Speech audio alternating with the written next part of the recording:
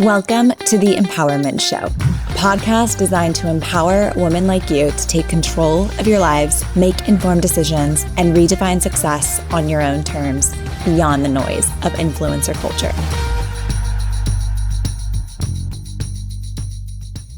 Okay, well, welcome back. So we are here today with a very good friend, Marjan Philhour. She is a long-established Democratic activist and party person, very much a party person here in San Francisco. Democratic party. I mean, yes. All things, all parties. I mean, like, party people. Like, I also really love parties.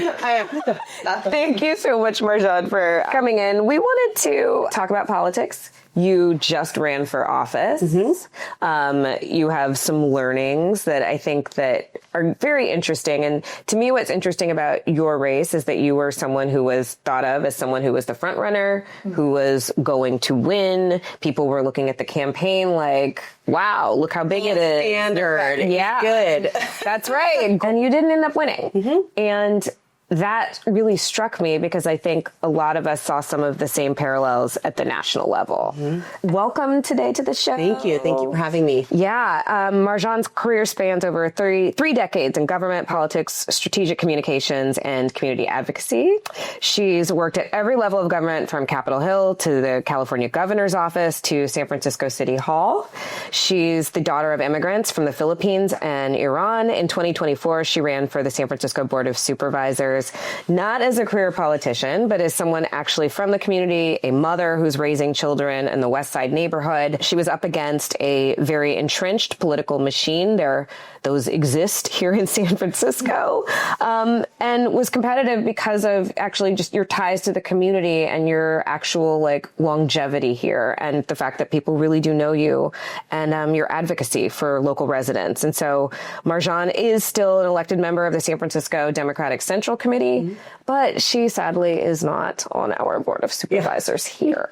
Want to talk about some of the trends that we've been seeing around women in politics in corporate America. As of 2023, women hold 27% of congressional seats in the U.S. Congress, the House and Senate combined. That's a record number, but it's still underrepresentation for women. Women hold about 30% of the seats in state legislatures across the country. 50% this year in California.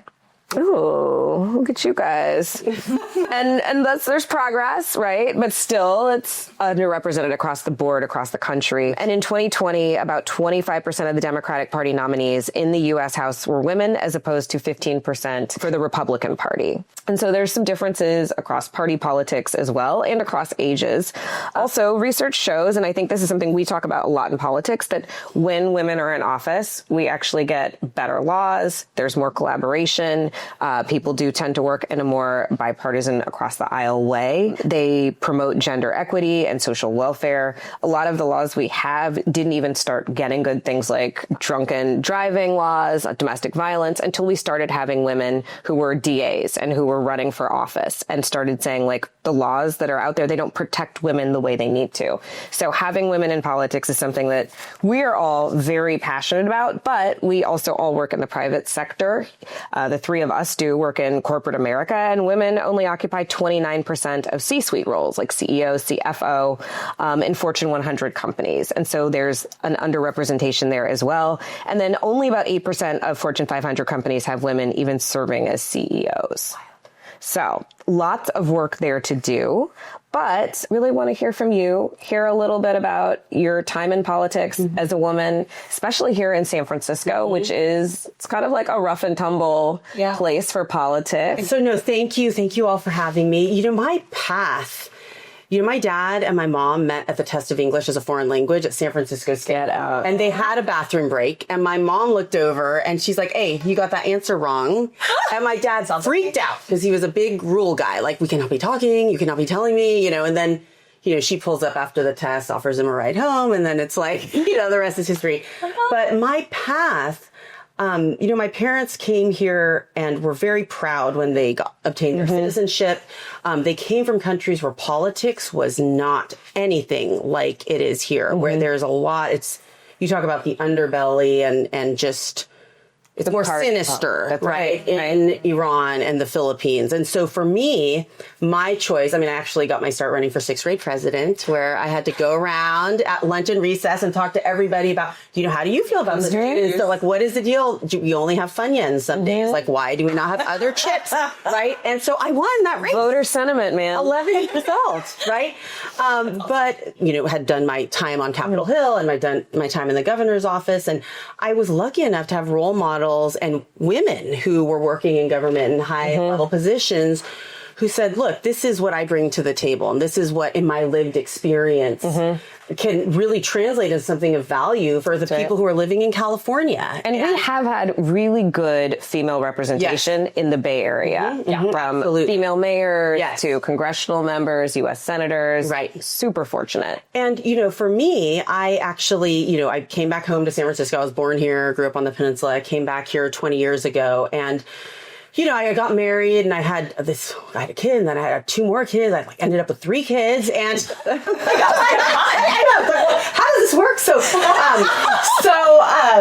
But it's a high ROI. But I got really involved in my community, and coming from, I'd worked on presidential campaigns and, also statewide races. And for me, when my first kid was born, I thought, wow, this just kind of got real. And I really want to make sure that my kids can continue to live in San Francisco. I love San Francisco. And so I got really involved. I started my small business here. I co-founded our Merchants Association. I was the president of our PTA for 12 years and got to know folks. I mean, I was running for city council here in San Francisco. The Board of Supervisors is the equivalent of city council. Yeah. And, I'd run a couple times before. One time I ran, I lost by about 124 votes out of 37,000. Wow. During the pandemic. And so in 2024, I know my neighbors. I talk to them every day. My kids play with their kids. Yeah. And there was a certain there was this not so quiet revolution happening in our neighborhood where people were speaking out about the importance of public safety and how we feel about our local police station and police officers who are also our neighbors, right? Small businesses. And so I ran, and what happened to me when you talk about Vice President Harris's race and her candidacy, when in the absence of moderation, which is what people are looking for, they're looking for a balance. The extremists come out empowered. So you have the far right that defined her. Yep. And here in San Francisco, we had the far left that while we put up a really good fight, we couldn't quite keep up with the millions of dollars in a city council race against me to retain this seat. And this is coming from me when I first declared my candidacy in my first race in 2016. A very well-meaning neighbor came to me, a gentleman who, he gardens in his yard. He's kind of this neighborhood kind of chit-chatter. And, he met my husband, and my kids were little at the time. And he said, wow, you're running for supervisor. He's like, but how can you run for supervisor when you have these 3 kids? This woman can't do it all. And he said, well, I'm actually running because of them, because I want a city where they could continue to thrive and for them. So I think that's a lot of what we're seeing. We're seeing a disconnect from our elected leaders, our office holders, who aren't reflecting the pain and the challenges that people who live here are experiencing at a very local level. So I think that's right. Yeah. I think that's right. And I think anybody who did canvassing or phone banking, we heard a lot of those same things. Yeah. We heard a lot of conversation about, we don't like what's happening. It's expensive. Everything's expensive. And it felt like the talking points that we had about, the American Rescue Plan and some of the other things that came out of the Biden administration, which were actually very good, which actually grew the middle class for the first time in over 50 years. And things like that we know were actually good. They weren't resonating with people on the ground as we were knocking, as we were calling. Those things were not resonating. People were not feeling that. People were like, eggs are expensive. Even in tech, there's all these layoffs. The stock market's uneven. That's what we were hearing. Right.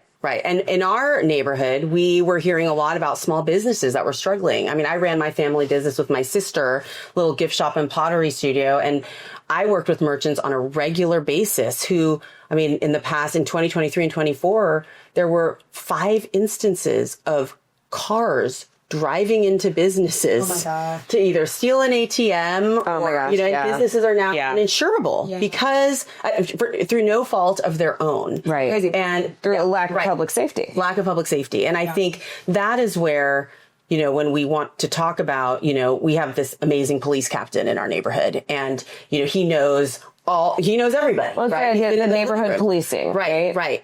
But then what you have is more extreme factions who start twisting. And, Jon Stewart had a show where he was talking about how lies spread 6 times faster than facts. That's right. Truth. And that's what we saw, I think, at a national and at a hyper-local level. Well, we have a saying for years, right? And I'm sure it's not just limited to California politics, but in campaigns, the first lie wins. Yep. Right. Yep. You can't even catch up. Right. Yeah. Right. And so I think as a woman, for me, I was running against an incumbent who was and continues to be very out of touch with our neighborhood. And I was very upfront about that. But also as a woman, saying that, right? When people look at you, how is that taken? Yeah, it's like, there's something, this is my mom and she's not being very nice. And I don't isn't that funny how we're supposed to be nice? Right. But you know what? I'm pissed. Right. I'm pissed for my kids, right? And they don't even know, they can't even see why. Right. And I happened to marry the kindest man on the planet who is a feminist. And so I have a son who is a feminist and 2 daughters. And this is all they've ever known. Right. And the attacks, right? And I'm sure that, Kamala faced the same thing with her stepkids and also the young people in her life. My 6th grader knew more about, she could quote the attack ads on me with her friends, right? Wow. 12 years old? Yes. Yeah. And those were attack ads paid for in the millions of dollars by organized labor here in San Francisco, right? And it was the other end at the national level. And so, And also some of those people are your neighbors too. Right. So who is paying for this, right? The residents. We are all paying the highest price for this hyperbole where it becomes this power play. This vitriol. Right. Yeah. Right. And then all the labels. Are you progressive? Are you moderate? Well, let me tell you, people want, I know this because I've knocked on thousands of doors and I've worked with thousands of people in the neighborhood. People want a more balanced approach. That's right. Because you are ostensibly a public figure, suddenly not just your political, leanings or beliefs are on, it's everything about you is on trial. Right. Everything about you is fair game. Everything about you. People are very concerned too, earlier in my races, about where my kids are. I'd show up. Yeah. Where are your kids? Oh, and I'd say, oh my God, my kids. Yes. I forgot they exist. I said, you know what? Excuse me. I need to make a quick phone call. Good for you. And then I said, they're with my husband. Right. Who supports me. Right. And I wonder, so I had just talked. I hadn't even announced. I did not ever run for office. I just talked to people about running for office. And at the time I had been with someone for almost 10 years. And the immediate response was, well, what does your boyfriend think of this? Is he on board? Will he support this? Can he get in the meeting to talk about the thing? Oh my God. And we weren't even married. So I'm curious also if you got kind of... Okay, can I just tell you? So my husband has a PhD in astrophysics. A lot of his friends work at NASA right? So here we go. So he supports me and supports what I do in the neighborhood. And he knows about political strategy because that's what I did for him. Right. Now, I'm not a physics expert. I didn't quite catch on as quickly as he did. But I've run a political consulting firm. I've served in every position that there is in a campaign. Yeah. And I know political strategy. That was one of my jobs before I became a public figure. And yet, people will call to talk to my husband about what our strategy is. And he will say, well, you should talk to my wife because that's her job. And they will ask him, well, what do you think is going to happen here? There are still people to this day that will call and try to figure out what happened in my race and ask my husband, which he knows a lot. He's learned a lot from me. Right. And, but it's something that I think my kids are starting to notice as well. Yeah. And I did worry about that. I mean, I would ask them, like, I'm sorry that there are all these negative attacks. I mean, we actually had a dear shopkeeper, a friend of our family, who was killed a block away from our house by someone who was trying to steal 2 beers. And his family had reached out to me and we had done a memorial where I said a few words. And my daughter, who was always very, she was outgoing, but also a little nervous about crowds. She said, I want to say something because, that was where she bought her first popsicle on her own, right? Yeah. And she spoke at this very moving memorial. And I have to tell you, they went after my daughter online. They stopped me in the streets while I was walking our dogs to say that was very political and you shouldn't have brought your daughter, right? And how old is your daughter? Well, at the time she was 12. This was my middle child. Yeah, right. So, you know, but of course it's my fault. Old women can't be in politics. Right. Young women can't be in politics. Right. So just mothers can't be in politics. There's always something. Right. Well, but if you aren't a mother, then that's a problem too. Are you? Right. That's a problem too. Right. You are a waste. Not fulfilling your role. But I will tell you, I was running against a woman, but you know, her campaign was about me. So it was a lot of just look at this woman, how dare she? So that's really interesting to me because I think something that I've observed with women in politics is that, you know, like I see all these like nice sayings on Instagram or whatever about how women like lift each other up and we're there to help each other succeed and like it's like we're all part of the same tribe, blah, blah, blah. But like women can really cut each other down. And I don't understand why we do that. Well, that's the tribalism. Yeah. Right? So that's where the extremists come in. And the scarcity too. That like scarcity. Right. Yeah. Self-preservation, right? Yeah. We were talking recently about kind of who our mentors were when we were coming up in politics. And we really didn't have any. I mean, the older female lobbyists were really actually objectively terrible to me and a lot of my friends. That was the reputation, right? It was like a bad, right? It was, you're a whore. Or if you're not a whore, then it was, my nickname was Eager Beaver because I wanted to be in every meeting and talk too much about work, you know, at work.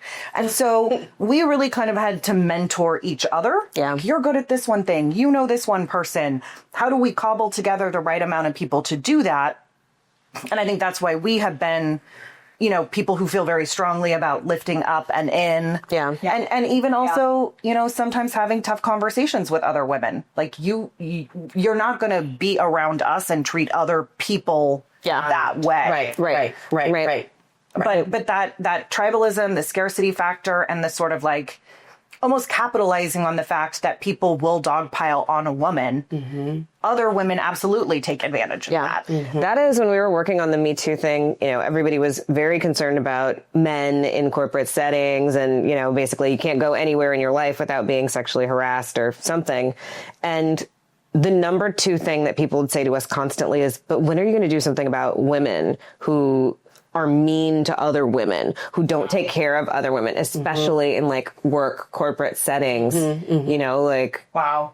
What do we do when you suddenly just randomly have this woman who has got beef with you for no particular reason? Well, part of that, I mean, not to get too meta, I mean, it's the patriarchy. Yes. I mean, it's survival. Yeah. Right? How am I going to survive? It is at your expense. That's right. Right. Yeah. And I think there is this, if you shine, am I dimmed? Right. Like, Yeah. I think this is an interesting dynamic, even just looking kind of at the state politics, right? So in California, this is our first year where we have equality between the number of men and women. But we also know, having had a supermajority for a very long time, that just having a bunch of Democrats does not mean that's right. any kind of forward movement in a positive direction, right? Because there's rural Democrats, there's progressive Democrats, there's moderate Democrats who are fiscally responsible, but socially conservative. And are you a social conservative? Are you socially liberal? Are you fiscally responsible? Are you good on public safety? And what does good mean to you? And so now you have sort of all of these little factions that don't play well with each other, right? There used to be, I remember when I was in the legislature and the moderate caucus started, it was a very big deal.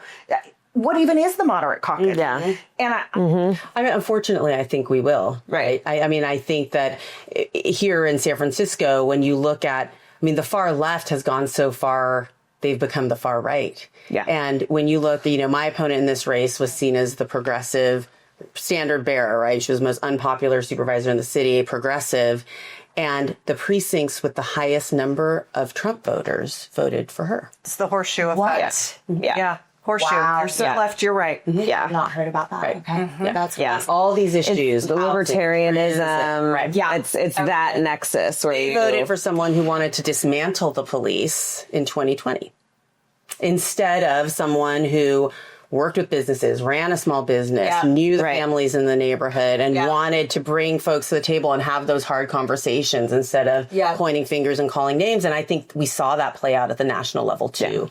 And so on one hand, it's great that we've reached some sort of parity at the state level, but now what does that mean for us? You know, you talked about in the beginning how women bring with them through their lived experiences critical issues just to the kind of so that the human race can go on. Right? We need that. Right. And but now minor problems. Right. But now you have the overlay of extremism in politics. Yeah. A lot of it's driven by power and money and folks who don't want to, it's threatening. Right. That scarcity. So that's where you get the lies that spread 6 times faster. And for someone who isn't part of this political machine, you know, it's exhausting. It's interesting. Like I got involved in politics from a very young age, and then my spark kind of went out after enough negative experiences. I was 18 and I was at a state Republican convention. And there was a man who came up to me. He saw my name tag and it said Maddie. And he's like, what's Maddie short for? And I said, Madeline. He's like, oh, I'll be paddling Madeline home tonight. This man was probably like 60, by the way. It was like, and it's paralyzing. I had a woman next to me who didn't say anything. Yeah. And I'll never forget that feeling, just being like, I felt so exposed. Yeah. Right. And what are you supposed to say? Like, I was shocked. I was just like, okay. And I just continued on. And then I actually went back to my room later and I cried because I was like, I don't think I can do this. Well, and this is the thing. Like, you go to this convention because you're young, you're idealistic, you're like, I want to be involved. And this is your first experience. I know. And it's so many women. Yes. Well, can I just tell you, when I was 18, I just have to say, because the same thing, I was in DC, and you go to all these different receptions. That's where you get the food. Right. And a man came up to me, 18 years old. I was very proud of my internship. And he came up to me and he said, oh, are you, Chinese, Oriental? And I said, oh, well, my mom's Filipino, right? And he said, oh, Filipinos, you really know how to treat your men. And I said, and then the speaker started, right? And I felt like inside I was like dying. I was just screaming. Yeah. Well, likewise. Yeah. What are we supposed? And then I also cried later. It's so demoralizing. Right. Yeah. But I think, like, to balance that, I actually, at one of the first political receptions I worked at, had the totally opposite experience, which put me in a much better mindset to do it over and over, right? So I used to, especially because I was a junior staffer, people didn't know me, but I would sort of play hostess at the event. So I would always wear red heels. And that way I could say, I'll be the redhead in the red shoes. Love it. And I have this sort of very prominent dimple. And in any case, this one legislator who I had never met walked up to me, stuck his finger in my dimple, and looked at my heels and said, why don't you click your heels together for me? Oh my God. And another woman. How old were you in that? 20 nothing. Of course. Yeah. Thank you, Betsy Butler.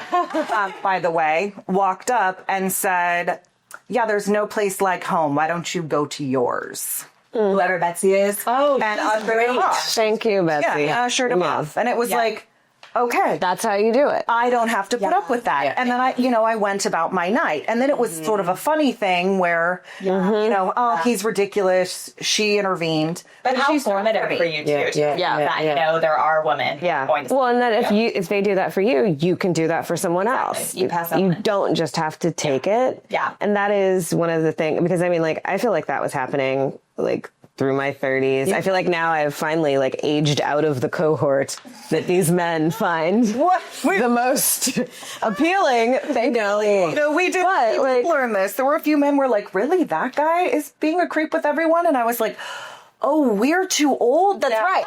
That's right. You know what? I think what it is fearlessness.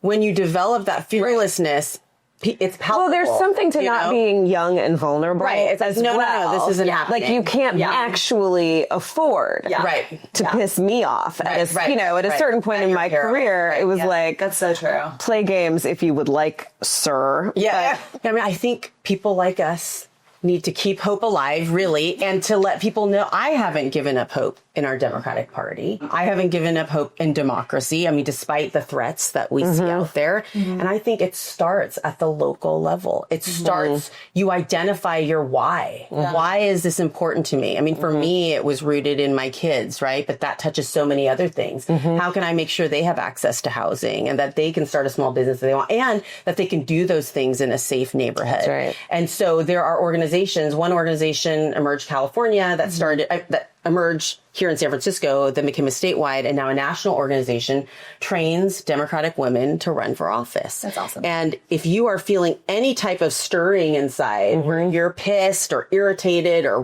questioning why this is happening, I would encourage women to throw their hat into the ring, because even if you don't run and you go through this training program, your experience, right, will affect other women. That's right. Right. And then, of course, supporting organizations like Planned Parenthood because of this even more now unreal debate that we're even having right now.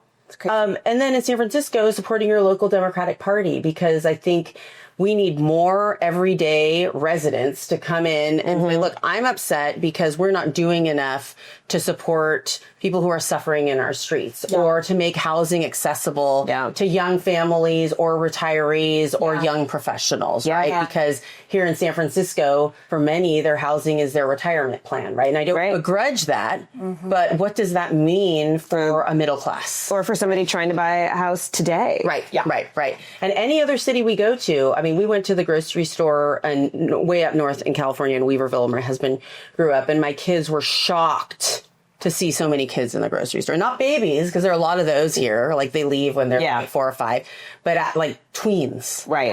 Kind of the fruit roll-up section, right? Like, what are they doing here? That can be San Francisco, but we need those folks reflected in the local electorate. And can you talk a little bit, because I think a lot of times women are like, oh, I don't want to run for office, because they're thinking like state house of representatives or Congress, but like there's a lot you can run at the local level. Right. There is. And I think San Francisco, because it's a city and county, like many counties, there will be maybe 5, city councils that you can run for. So San Francisco is a little different, but you can run for other offices like BART board, or, there are citywide offices, city college board. And I think they just, I always say, because, for me, the Filipino community was very supportive of my candidacy, and there has never been a Filipino American supervisor. And what I talk about, not just from being a woman, but being Filipino American, Iranian American, you can't be what you can't see. If you can't see it, if you don't see someone doing that. I met Dianne Feinstein when I was in 8th grade. I was in a youth and government day in San Mateo. And she talked to me. I was a city manager. It was a very prestigious position.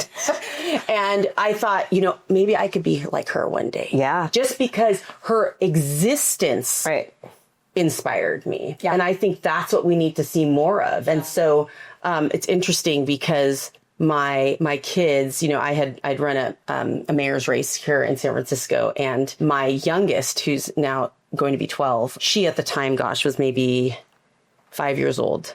And we were talking about the newly elected mayor, first African-American woman. And then we talked about mayors before. She goes, wait, you can be a man and be mayor? I love that. And I was like, yes, you can, if you're lucky. Yeah. You can even be a U.S. senator. Exactly.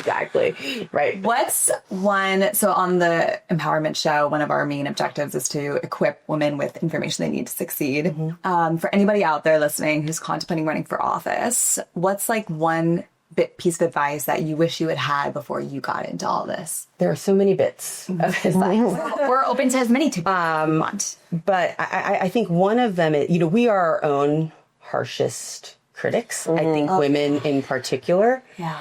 And to know inside that no one can see that, right? Yeah. No one can see that, right? Yeah. Be who you are and be your being, right? Be who you are inside. Yeah. And the thing with being fearless is, like, once you take the step off, right, and see what can happen through being fearless and speaking your mind, that is the biggest inspiration. Yeah. And I think that it's easy to say, oh, just don't be afraid, right? But really, what I'm trying to say is trust me. Trust. Don't be afraid and no, just try it once and you won't be able to stop. I love it. I love it. Yeah. That's true. None of us have been able to get out of politics. Right. It does. It does get you. It sucks you in. And well, because you care, right? Yeah, and it's sadly infuriating. Infuriating. Yeah. I think that is it for today. Thank you so much. Yeah, Thanks for the show. So good to be with all of you. Thank you. Thanks for having me. Next time, we'll be talking about what it's like to be a lobbyist and what lobbyists actually do. Oh my gosh. What do they do? What do they do? Who are those people? Anyway, thank you for joining. Thank you. Marjan. Thank you.